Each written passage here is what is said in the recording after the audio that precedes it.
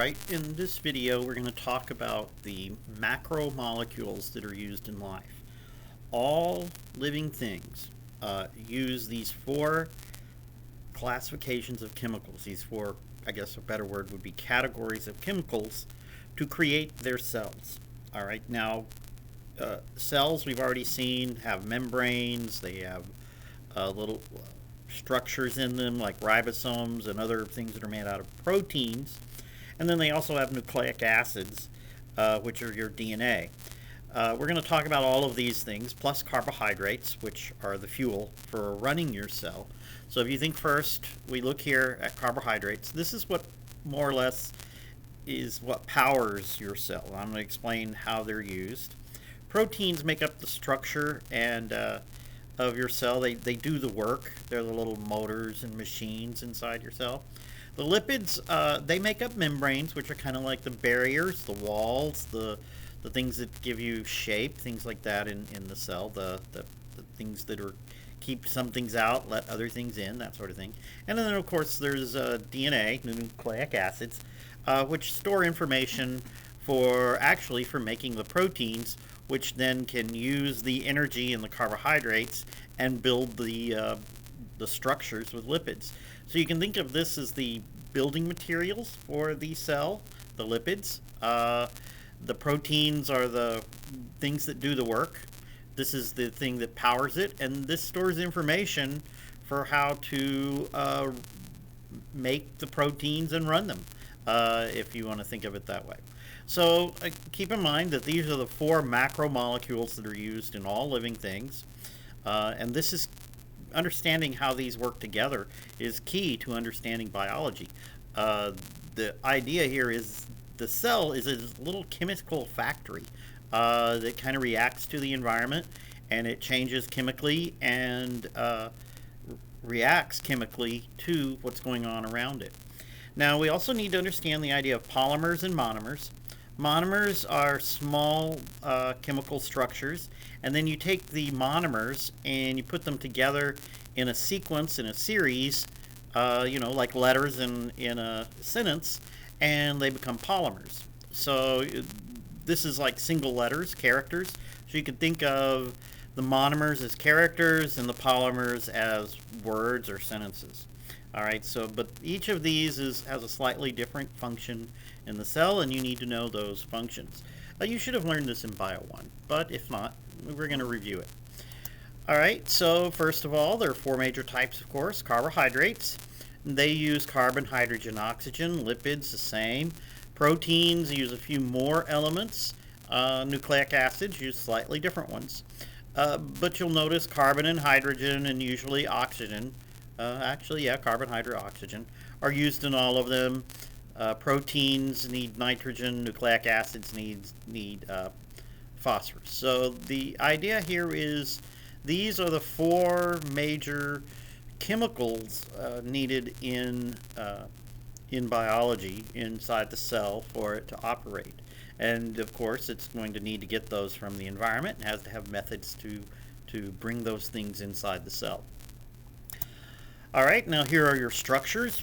We only peripherally need to care about these structures.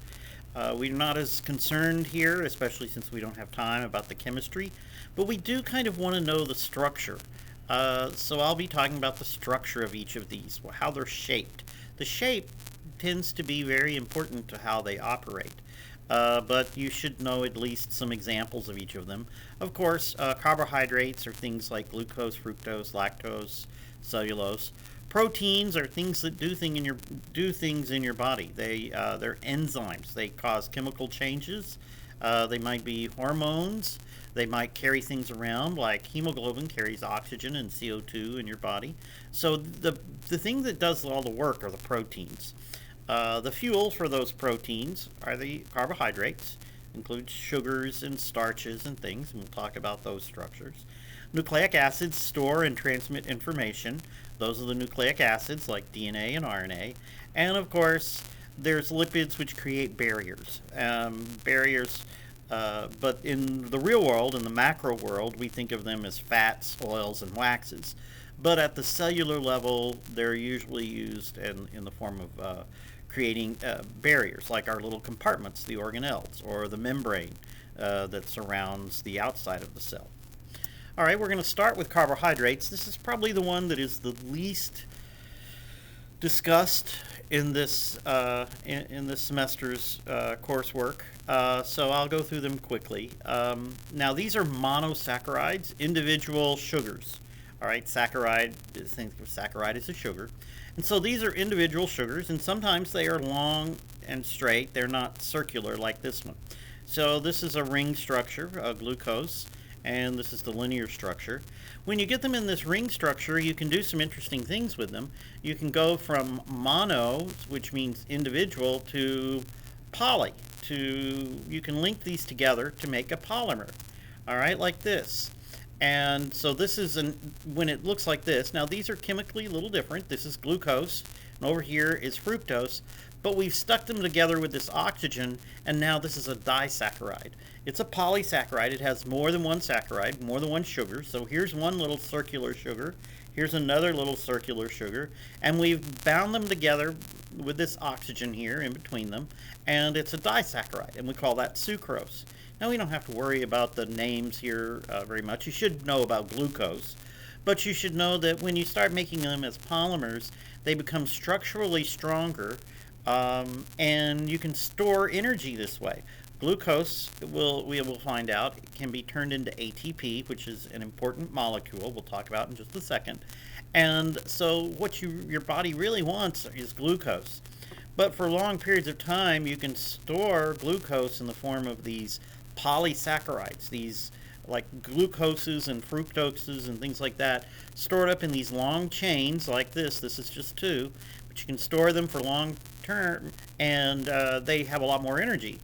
You could have just glucose by itself to turn into ATP, but it makes more sense to so that they don't degrade to put them in these long chains. Now we'll move on now to DNA. Now DNA also is kind of like this. It's made out of long chains, but instead of the sugars, we have what are called nitrogenous bases. And here we have RNA on this side, and we have DNA on this side. Now DNA, of course, has the famous double helix.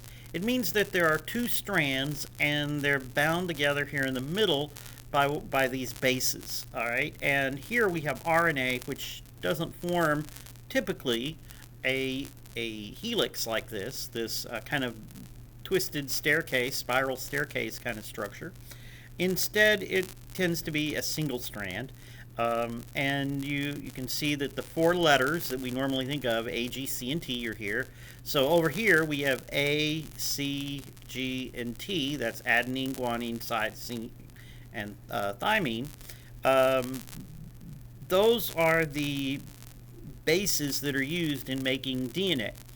In RNA, which is single-stranded, the main difference is we replaced this thymine here with uracil. And so we use the letter U to represent that. So it's AUGC, and here it's AGCT.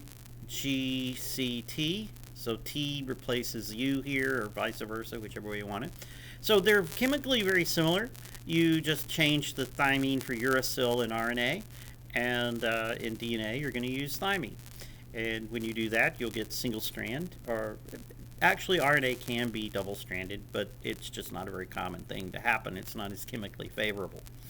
All right, so we'll move on. Of course, DNA stores information. That's the idea, and we will talk. It's very important that you understand how it stores that information and how that information gets translated into protein, into the creation of proteins. All right, here is just a list. You've got your cytosine. I'm not that interested in you knowing the structures here, just kind of listing them all, CTU, A, and G. At this point in this course, in first semester, I'm much more interested in you knowing what this means. In the second semester, we just don't have time to review everything. All right, now the actual nucleic acids, this is the base, this is the A, G, C, T, and U, but they will always be attached to a ribose, which is a sugar, and this phosphate. That's a phosphorus with several oxygens attached to it. So the idea here is you put this structure together, and now you have a nucleic acid. So in other words, this is the nitrogenous base, all right? And then when you attach these things to it, it becomes a nucleic acid. And these, of course, you can attach to one another and make the long strands, the polymers. This would be a monomer of a nucleic acid. Put a bunch of these together and you get a polymer like RNA or DNA. All right, so now here this is showing this exactly how it works. So here's one strand and here's another of DNA, and the bases, the A's and the T's, all right, that's this piece right here, are going to weakly bond together, and when they do, they ended up long strands of these come together and form this double helix. That double helix strand of DNA winds up very tightly. We will talk a lot about that and why that's so important. And eventually it'll wind up into a chromosome. All right, so we need to understand how this works from the single strand all the way to the chromosome. That's going to be very important later on. Now we're moving on to lipids, what we think of as fats in the macro world, so butter, but also waxes like your earwax. I mean, they're all lipids. All right, and lipids at the microscopic level are typically used in your cells to make membrane, which are barriers, things to keep something in or to keep something out. The outer membrane of your cell, of course, keeps all of the cytoplasm inside, keeps everything inside the cell, and only lets certain things through. And the membrane itself is usually made out of these phospholipids. But there are other lipids like steroids and waxes, and then here triglycerides used for other things like they're slightly different chemistry here than there are here, and you can use that to do things in the membrane. The body doesn't use these as often, but they are used. You might recognize the term steroids. You don't see waxes as much. The body usually creates them externally and excretes the waxes to do something, like the earwax in your body. And steroids, of course, can be used as hormones. They're chemical signals from one cell to another. This is the structure. Generally, you have the head and the tail. Now, the thing you need to remember from Bio 1 is that the head, it does not like water, all right? And, I'm sorry, they are what we call hydrophobic and hydrophilic, all right? And the tail down here, these are the tail, they do not like water. The head does like water. Make sure you get that straight. But the term is hydrophobic, which means fearing water. That's down here. And then hydrophilic, which means loving water, which are these up here. And because of this ability of one end to like water and one end to not like water, it gives it the ability to, in water, to form the membrane. And that's very important to understand. Hopefully you went over that in Bio 1, and we don't have to go over it too much here. It is important that you understand how membranes form. All right, and exactly, this is it. So the heads right here, they like water. So you can have water outside the cell and you can have water inside the cell. All right, and that's fine. But these tails don't like water. All right, so they kind of chemically move around. In other words, energy is expended there just naturally. It's a chemical process for these to kind of run away from water. There's nothing special about that. That's just a chemical reaction that these are going to move. And they're going to move to a place where the water is over here. And if it can, it's going to get the water away from this region. So if you put a lot of these in water, they just naturally form these structures. All right, and that's important to understand that this is all just chemistry.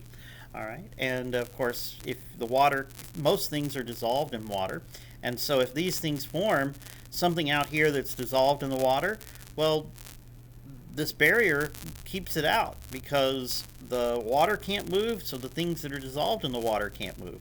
So you've essentially made a barrier here where you can do some chemistry inside the cell that's different than what's going on outside the cell and keep things separate.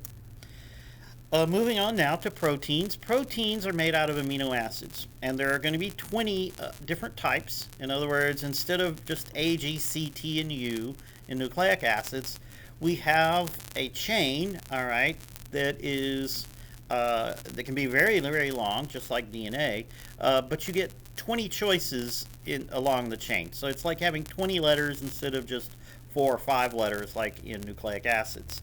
And when these chains are created, they tend to fold into shapes. All right? In other words, some of these might have positive or negative charges, and if you remember, like things repel, and different charges, things with different charges will attract. So if, let's say, one of these amino acids has a positive charge here and a negative charge here on this one, then these two are going to be drawn together. So as this thing is created, different pieces of it are going to be attracted to one another, and different pieces are going to be repelled. So maybe there are a whole bunch of positive charges here and here, so this region and this region were repelled. Whereas here, maybe there are some negative charges here and some positive charges here. These two pieces would be attracted. And this is when this is created, it just naturally chemically folds into certain shapes. Well, in this particular case over here, we have two primary shapes that you will hear about, and one of them creates this kind of flat sheet kind of structure, and another one creates a spiral, kind of like your DNA, called an alpha helix. Now, this is amino acids, this is not DNA, but it does form a kind of a shape like this. And these usually make things, if you're going to think, if you're building a house, this might be a board, like a flat board, and this might be like a post. And so with flat boards and posts, you can start putting these together and make structures that are useful. And that's exactly what the proteins do. We call this the secondary structure. And then these, a bunch of these, come together to form what we call the tertiary structure, the three-dimensional structure. And then if you get multiple proteins sticking together, and proteins do like to stick together, at least certain ones, of course, certain ones repel one another. But when they stick together, we call it the quaternary structure. So here we have just the linear sequence. Then the linear sequence, certain parts are attracted to one another or repelled from one another, and you end up with these two-dimensional structures, either boards or posts, and then those come together, all right, within the same sequence. So you'll get like a region over here that's kind of flat and a region over here that's a post, and then they get arranged, and basically the whole thing folds. We call this protein folding, and it'll fold into a three-dimensional structure, which will give it usually some type of, its chemical activity will be based on how it shapes itself. And then a couple of those can come together to form a quaternary structure when more than one protein sticks to itself. Usually when we get a bunch of proteins sticking to each other, we call it a complex. All right, now we're going to go on here. This is the primary structure here, but we're showing that the primary structure, and these are all the three-letter nicknames for these. So this would be aspartic acid or aspartame, I forget. This is glycine, phenylalanine, glutamine, I can't quite read that, alanine, arginine, aspartame, cysteine, leucine, etc. There are 20 of these possible here, and they designate them with different colors. But they get put together in a linear sequence, which here we have it turning into a kind of a helix structure, which is an alpha helix. Here we have it as a flat piece that we call a beta sheet. And these come together and they make the three-dimensional structure of your protein, which is what gives it its function. Here's just another one. This one has, see, we have some helices here. We have some flat sheets right here that look like little arrows. Most of these are helices in this protein, and this is what we call the cartoon representation of a protein. All right, and then you can get all these different kind of shapes. They have names for them. This is a neat one. It looks like these both look like kind of symbols you'd see on some type of movie or something where it's magical or something. I don't know. I forget. There is a name for this.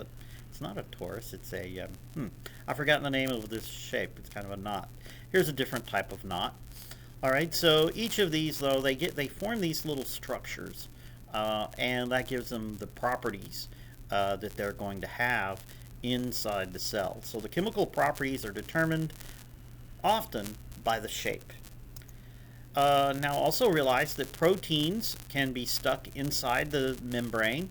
We haven't exactly talked about the membrane that much, but I showed you a short picture. But realize in the cell, inside the membrane, there are proteins either sticking to the outside or actually sticking in the middle of it, go all the way through. And here's one that is a channel. It lets certain things through. We're going to talk about that here in a second.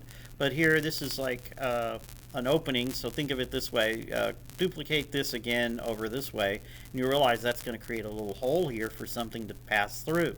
And it's going to have a certain shape, like putting square pegs in a round hole kind of thing. Only certain things with certain shape are going to actually fit through here and make it into or out of the cell. And these are channels. Now, proteins can also change shape. So often these proteins, like these, won't keep the same shape all the time. And they can change shape, and that means do work. So you might have one that actually looks like a pair of scissors. That's such a thing, like maybe this one, that might exist, and it can cut things. Like there are proteins called restriction enzymes that actually can cut DNA. But to actually cut, to actually have the scissor blades come through and cut something, you have to power it. You have to give it some energy for it to change shape and, for instance, cut or do whatever it's going to do.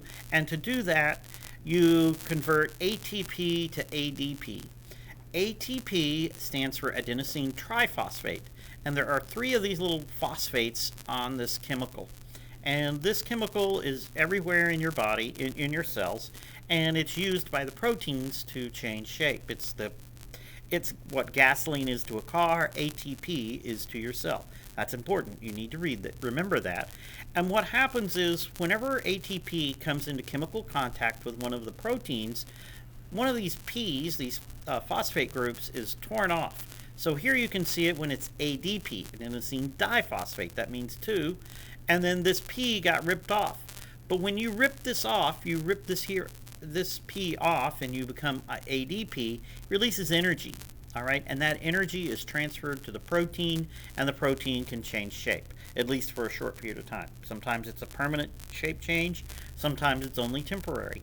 But that shape change will do something. It's physical work. It's like moving things. And your physical movement, when your body moves, it's all because of ATP. So the proteins change shape, the cell changes shape, like a muscle cell. That muscle changes shape, your arm, a whole bunch of them change shape. Your arm moves because your muscle shortens, for instance. The cells changed shape because the proteins inside changed shape, which moved your arm, and you did work yourself. So just keep in mind of how this works. Now, we saw that there were proteins that are embedded in the membrane, and this can be used to pump things across the membrane. In other words, some proteins actually can pump things, like push things through the cell or let things through. And now some things just diffuse through, like oxygen. Oxygen is small and it can get through these lipids easily with no problem. So oxygen can pass back and forth. So can salts, or not salt. NaCl would be salt, and no, it can't. But